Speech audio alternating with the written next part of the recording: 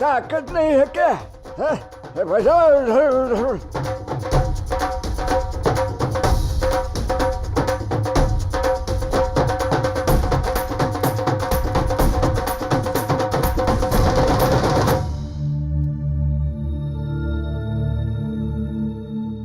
अछूता जी, आप पर चोरी का आरोप लगा है और आप ये क्या कर रही हैं?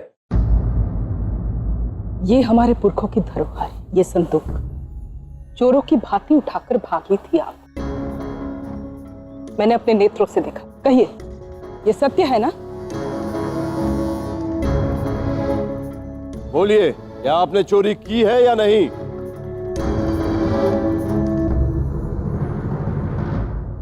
चोर तो मैं हूं। मैं शरीर से रोग चुराती हूं और कुछ नहीं।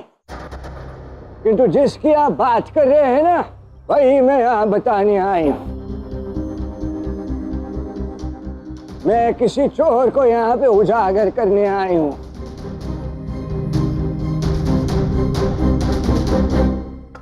वो चोर जो हमारे ही मध्य में यहाँ उपस्थित है।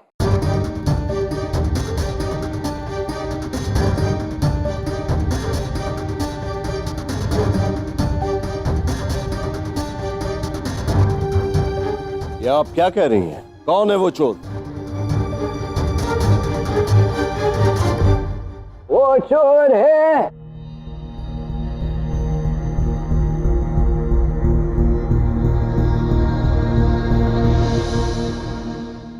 उग्रपन जी।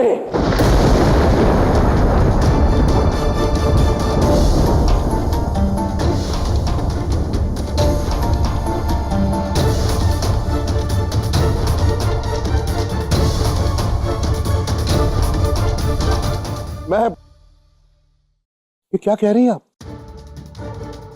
इतना बड़ा लांछन लगाने से पहले आपने एक बार सोचा? मैं बरसाना का महापंडित हूं। मैं एक शीलवान ब्राह्मण हूं। जीवन में आज तक भी मैंने असत्य नहीं कहा, और आप इतना बड़ा लांछन लगा रही हैं मुझ पर। बताइए, क्या चुराया मैंने? आपके आभूषण, आपके धन, क्या चुराया मैंने? बताइए मुझे। मुझे एक बात बताओ, क्या केवल धन और आभूषण ही चुराया जा सकता है? ज्ञान कभी चुराया नहीं जा सकता। ज्ञान?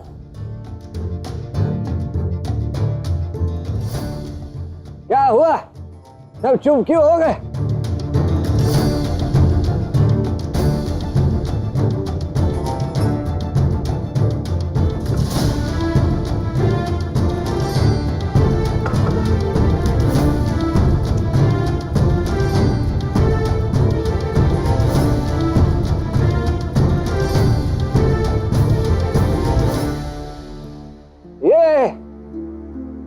ये तुम्हारे पूर्वजों की धरोहर है। उन्होंने अपने अनुभव से ताम्रपत्रों पर ब्रह्मांड का ज्ञान लिखा है। जीवन के गूढ़ रहस्य इसमें लिखे हैं। किस लिए? ताकि तुम इस ज्ञान को अगली पीढ़ी में बांट सको, ताकि इस ज्ञान को तुम समाज में बांट सको, लोगों को जीवन का मूल सिखा सको। तुम क्या करते हो? इसे छुपा के रखते हो, एक संदूक में अपने घर में किसी कोने पे रखते हो। चोर का अर्थ है जो किसी और की वस्तु है, जिसपे किसी और का अधिकार है, उसे अपने पास रखना। और तुम यही कर रहे थे। क्या मैंने उचित कहा? हाँ। देखो, ज्ञान पे सबका अधिकार है। सबको ज्ञान मिलना चाहिए। अब बताओ, संसार से ज्ञान छिपाना, ये ज्ञान की चोरी नहीं हुई?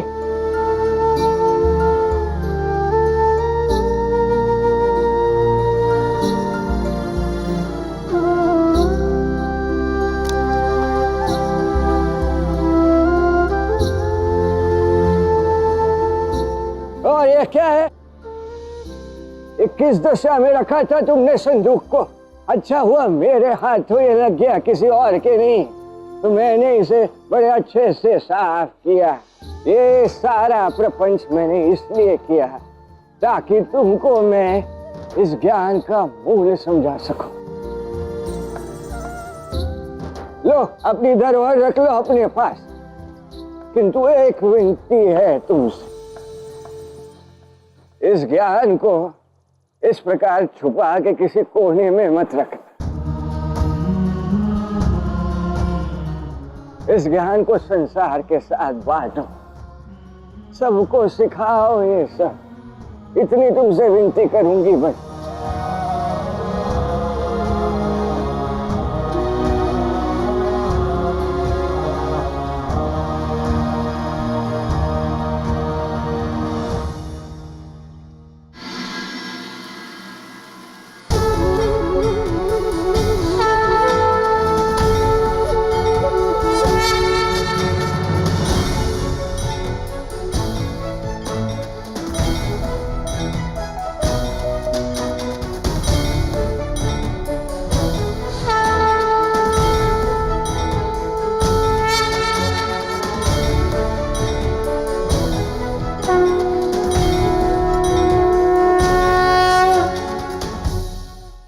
अच्युता जी, मैं सदैव आपका आभारी रहूंगा, क्योंकि आपने ज्ञान की इस मंदिर की स्थापना की, मेरे पूर्वजों के ज्ञान को सबके लिए उपलब्ध करवाया। कदाचित मेरे पूर्वजों की भी यही मनोकामना हो सकती है। बस मैं जीवन भर आपका ऋणी बन गया हूं। आपका बहुत बहुत आभारी हूं मैं।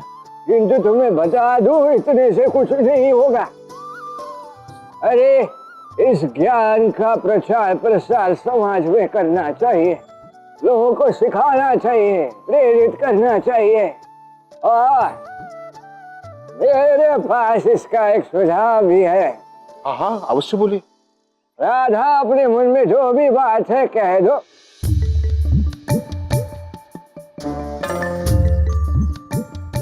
मेरे मन की बात? तुम्हारे ही मन की बात, जो भी मन में बात है संकोच मत करो, आत्मविश्वास के साथ कह दो। मैं कह रही हूँ ना। हाँ राधा बेटी, कहो, अपनों के सामने हिचकिचाते नहीं, कहो ना। बाबा, मैं चाहती हूँ कि मैं प्रतिदिन प्रातः एक प्रहर इस ज्ञान मंदिर की सेवा करूँ। वो क्या है ना, हमारे घर की बहुएं घर का काम काज छोड़कर यूं लोगों के मध्य बैठ के ज्ञान नहीं बांटा करती। ऐसा संभव नहीं है।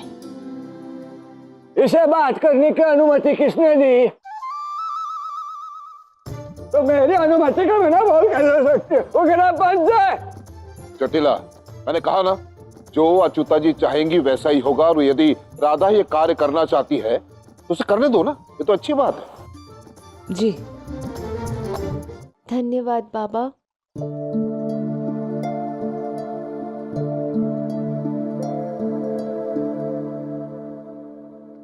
किंतु राधा, एक बात स्मरण रहे, एक ज्ञान की गंगा है, ये हर एक व्यक्ति के लिए निश्चल और निर्विरोध होकर बहनी चाहिए। किसी को कभी भी ज्ञान के लिए मना मत करना। हाँ? अवश्य। भला मैं किसी को ज्ञान अर्जित करने के लिए कैसे मना कर सकती हूँ अच्युता जी? शाबाश।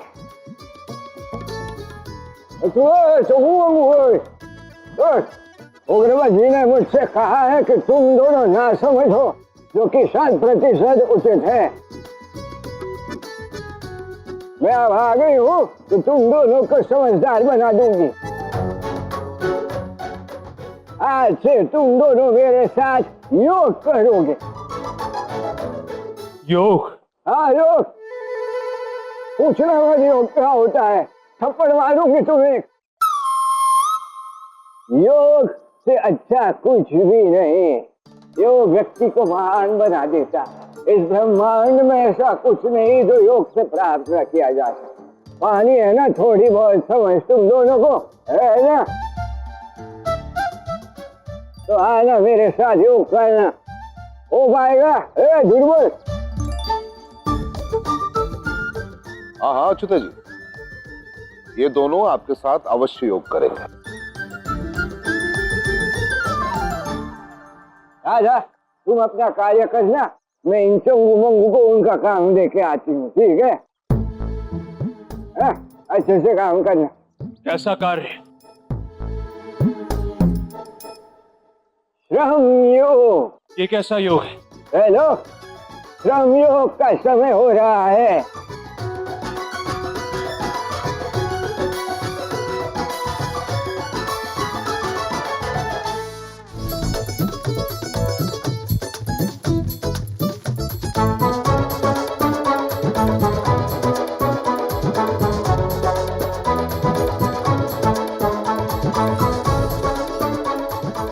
अब इस धरती पर जहां जहां मैंने निशान बनाया है ना, वहां पे खोदना।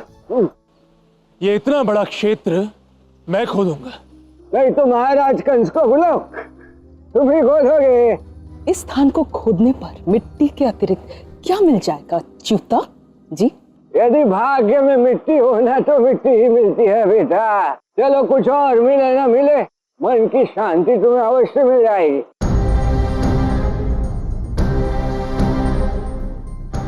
मैं यहाँ के महापंडित की पत्नी हूँ, जानती है ना आप? मैं ऐसा कार्य करूंगी तो लोग क्या कहेंगे? कुछ कहेंगे नहीं आप इन्हें? उग्र पंचा जी। जटिला, तू व्यर्थ तर्क क्यों दे रही? देखो, तुम और अयन अपने मार्ग से भटक चुके हैं। इससे सही पथ पे आने के लिए तुम्हें ये श्रम करना ही होगा। और वहन रखना, समय व्यर्थ नहीं करना, नहीं तो तुम बहुत बड़ बातें करते हो, दोनों के दोनों चंगू मंगू। काम करना। मैं वापस आऊंगी ना तो 1 2 3 4 हाथ गहराई तो खड्डा खोद के मुझे दिखना चाहिए। तुमसे बात करनी। इधर देखो।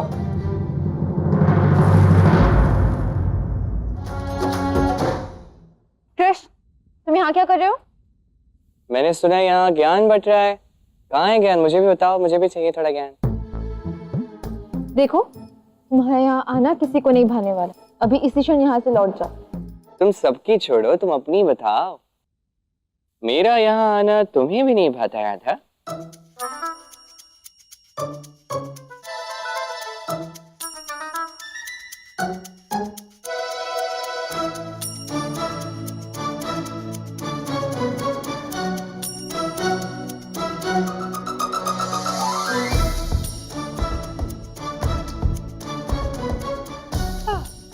ठीक है, कदाचित मेरा यहाँ से अभी इसी क्षण चले जाना ही उचित होगा। नहीं, कदाचित ये ज्ञान मंदिर किसी किसी के लिए ही है, सबके लिए तो नहीं है ये ज्ञान।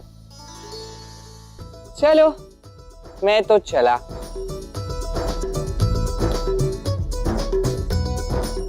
ये ज्ञान की गंगा है, इसी को कभी भी ज्ञान के लिए मना मत करना। हाँ?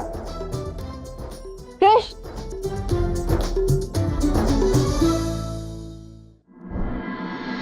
रुको। देखो, ज्ञान प्राप्त करने के लिए कोई किसी को नहीं रोक सकता, इसलिए मुझे कोई आपत्ति नहीं यदि तुम यहाँ पर आके ज्ञान अर्जित करो तो। ये हुई ना राधा वाली बात। किंतु हाँ, तुम केवल ज्ञान अर्जित करने आओगे, मुझे सताने नहीं। अरे, मैं वैसे भी कल सूर्यास्त से पूर्व तक ये सारा ज्ञान ग्रहण कर लूंगा। अब मैं अधिक समय तक यहाँ पे रहूंगा ही नहीं, तो तुम्हें सताने का तो प्रश्न उठता ही नहीं। छोड़ दो तुम चिंता। अच्छा, कुछ अधिक नहीं बोल रहे हो तुम? कल सूर्यास्त से पूर्व सारा ज्ञान अर्जित कर लोगे, ऐसे कैसे कर सकते हो तुम? स्वयं देख लेना तुम, देख लेना स्वयं मैं कैसे करता हूँ। और मेरा वचन है, मैं केवल इसे ग्रहण नहीं करूंगा, बल्कि ये सारा ज्ञान, इसका सार भी तुम्हें सुनाऊंगा। ये तो असंभव है। अब यदि राधा असंभव कह रही है तो उसे संभव करना कृष्ण का कर्तव्य है।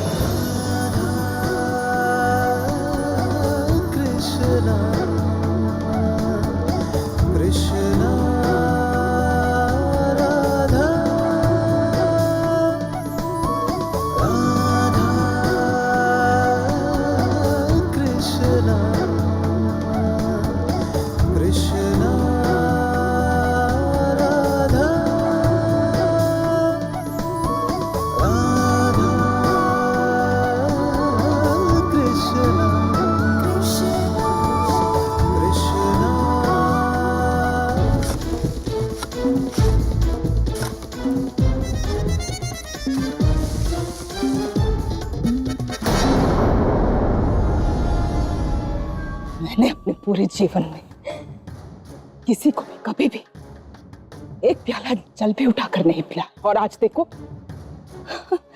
मिट्टी ढो रही हूं। इस अपमान का प्रतिकार तो मैं लेकर रहूंगी, छोड़ूंगी नहीं। ए चंगू मंगू, किसको पकड़ लिया जो छोड़ने की बात कर रहे हो? है? माँ टोकरी छोड़ने की बात कर रही थी। आज इतना बड़ा खड्डा खोद लिया तुमने आयुध। वाह वाह, शाबाश। तुमने गड्ढे खोदो, जीवन में बहुत आगे जाओगे। क्या हुआ, बुरा लग गया क्या? मैंने देखा इतने कम समय में इतना बड़ा खड्डा खोद लिया। मैं तो प्रशंसा कर रही थी तुम्हारी बेटा। प्रतीत होता है इस कार्य में आनंद बहुत आ रहा है। आप ये बड़बड़ाना बंद करो और बताओ कि ये व्यर्थ का काम मुझसे क्यों करवा रही हो? होगा क्या इससे? ऐसा कुछ होगा जिसे अनंत तक स्मरण रखा जाएगा। क्या कहा? मुझसे प्रश्न करोगे? उग्रपंची कहाँ है? उग्रपंची है कहाँ? उसकी कोई आवश्यकता नहीं है। दुर्बल, मैं किसी महत्वपूर्ण कार्य से जा रही हूँ, तब तक काम नहीं रुकना चाहिए। यदि ऐसा कुछ हुआ तो मैं समझ जाऊंगी, और फिर तो तुम्हें पता है मैं क्या करती हूँ।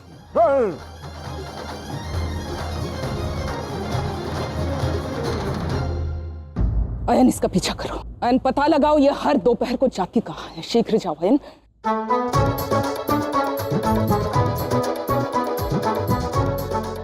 उचित है।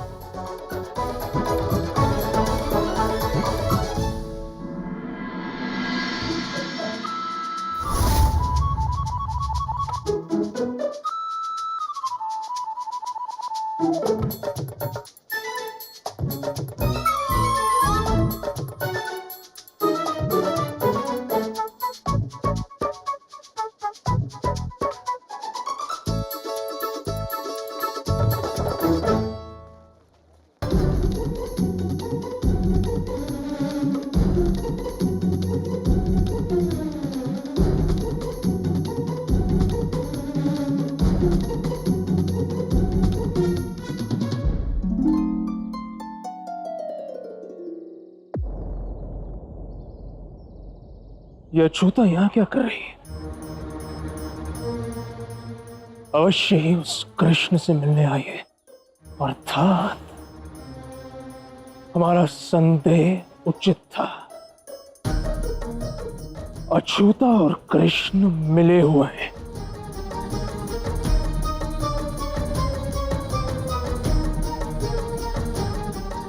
अभी देखता हूं इन दोनों को।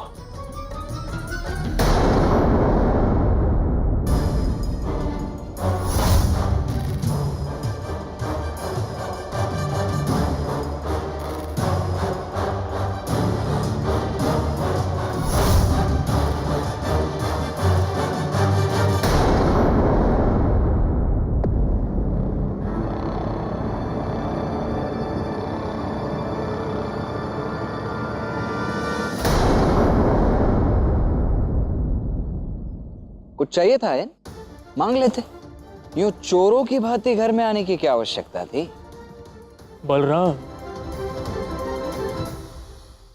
तुम भली भांति जानते हो कि मैं चोर नहीं हूं, और वैसे भी तुम लोगों के पास ऐसा कुछ नहीं है जिसे चुराने की आवश्यकता मुझे पड़ जाए।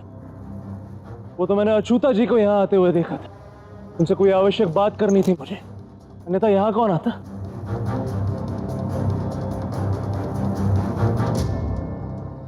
अयन, मेरा एक सुझाव है तुम्हारे लिए।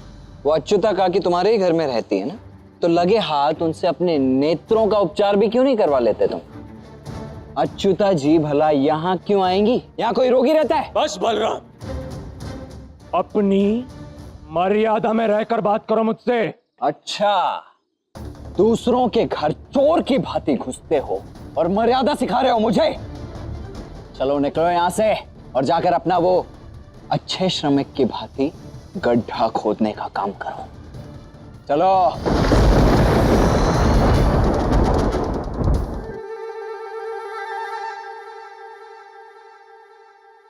कर क्या रहे हो? कब से देख रही हूँ मैं तुम्हें।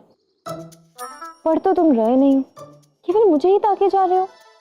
देखो, ऐसे तो तुम चुनौती जीत नहीं पाओगे, इसलिए उचित यही होगा कि अभी के अभी यहाँ से चली जाओ, समझे?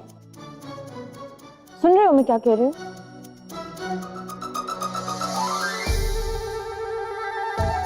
क्या बातें करी है? ऐसे कैसे कह सकती हो? मैंने सब पढ़ लिया।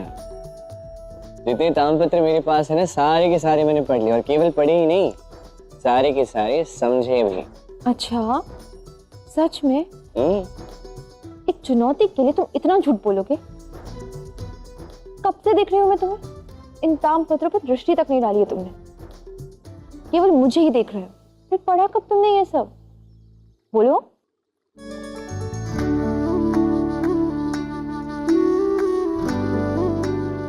सारा ज्ञान तुम्हारे मुख पे अंकित है, वहीं से पढ़ लिया। मेरे मुख पर? तुम और तुम्हारा उपहास। नहीं नहीं, कोई उपहास नहीं है, बिल्कुल नहीं, सत्य कह रहा हूं। अच्छा,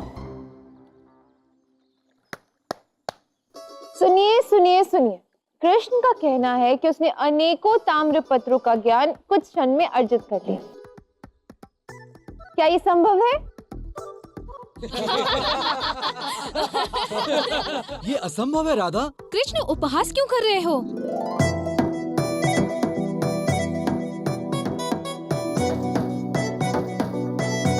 सुनिए, अब सभी कृष्ण के ताम्रपत्र उठाइए और इससे प्रश्न कीजिए।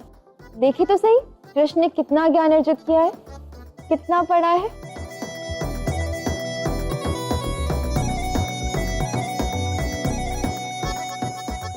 ये लीजिए।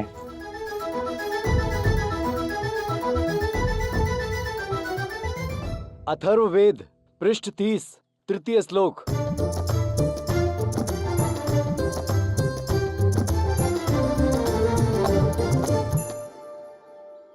माँ भ्राता भ्रातरम द्विक्ष, माँ स्वसार मुतस्वस, सम्यंच सब्रता भूत्वा वाच्यम वदत भद्र। अर्थात भाई भाई से द्वेष न करे, बहन बहन से द्वेष न करे, केवल एक दूसरे के प्रति प्रेम का भाव रखें, तभी गृह में क्लेश नहीं होगा और तभी समस्त परिवार में उन्नति होगी। अरे वाह, बिल्कुल सही उत्तर दिया कृष्ण ने।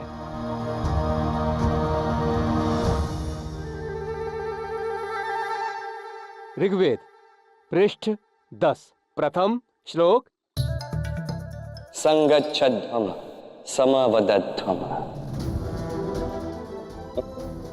अर्थात सब साथ चले, साथ मिलकर चले, उस मार्ग पर चले जहां हमारे पूर्वज चलते थे।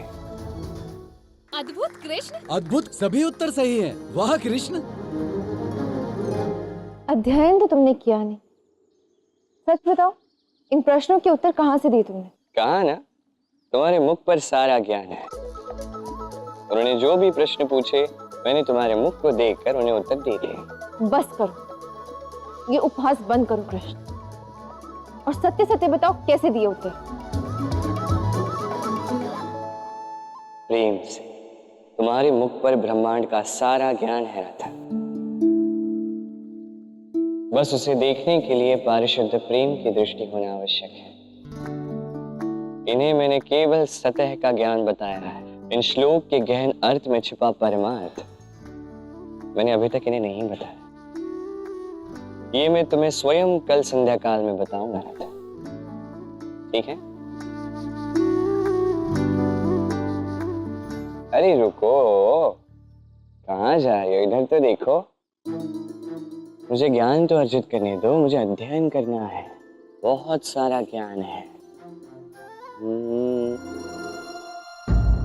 बस ये ज्ञान ना उन ताम्रपत्रों से लो और अपनी ये माया बंद करो।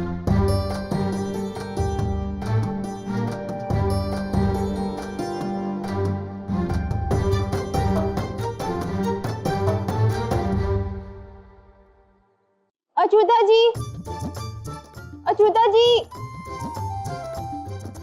पता नहीं ये अच्युता जी भी ना कहाँ लुप्त हो जाती है। अरे क्या हुआ, किसी ने मुझे स्मरण किया क्या? अरे राधा तुम बोलो। हाँ, किंतु अब कहाँ चली गई थी? अरे वो मैं विशेष बूटियां लाने गई थी। अब ऐसी औषधि बनाऊंगी ना कि तुम्हारे शरीर में जो विष की मात्रा है ना ऐसे लुप्त हो जाएगी।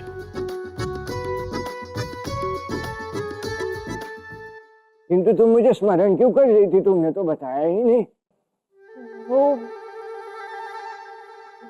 कृष्ण। अरे बताओ भी, अब कह भी दो, मन में क्या बात है, संकोच मत करो, कहो। देखिए ना उस कृष्ण को, वहाँ ज्ञान मंदिर में बैठा केवल मुझे ही देख रहा था। तामपत्र पर दृष्टि तक नहीं डाली उसने, और फिर जब मैंने उसकी परीक्षा ली तो उसने सारे उत्तर ठीक से दे दिए। कहता है कि सारा ज्ञान मेरे मुख पर अंकित है, जिसे केवल वही पढ़ सकता है। अच्छा, तो तुम्हारी आपत्ति है कि कृष्ण ने सारे प्रश्नों के उत्तर सही दिए? नहीं, ऐसी कोई बात नहीं है। तो तुम्हारी समस्या ये है कि कृष्ण तुम्हें देखता ही जा रहा था।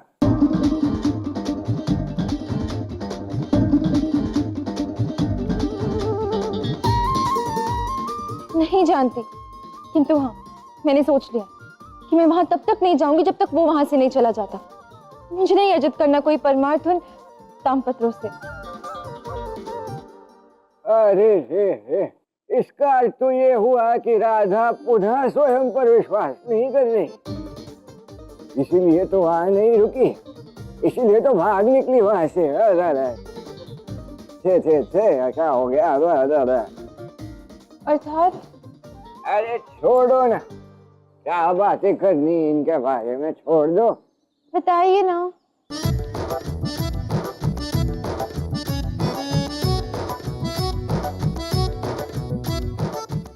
अर्थात यदि तुम वहां रुकती तो कृष्ण तुम्हें देखते रहता, और कुछ समय पश्चात तुम्हें आभास होता, तुम्हें स्वीकार करना पड़ता कि तुम अब भी कृष्ण से प्रेम करती हो।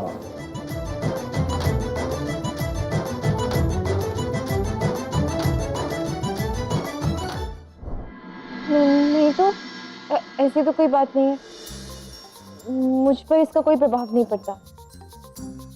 अब कृष्ण वहाँ पूरी रात बैठकर अध्ययन करेगा तो मैं थोड़ी ना वहां रह सकती हूँ। मुझे रसोई में बहुत काम है, मैं जाती हूँ। हाँ, चिंता की कोई बात नहीं, कृष्ण कहाँ रात भर वहां अध्ययन करने वाला है। अरे मैंने तो सुना है वहां पे रात को भयानक बड़े बड़े सर्प आते हैं। मैंने ये भी सुना है कि वहां पे असुर आते हैं उड़ने वाले। मैंने तो ये भी सुना है कि वहां पे नरभक्षी पशु आते हैं। हे नारायण, अच्छा ही होगा वो कृष्ण भयभीत होके वहां से भाग जाएगा।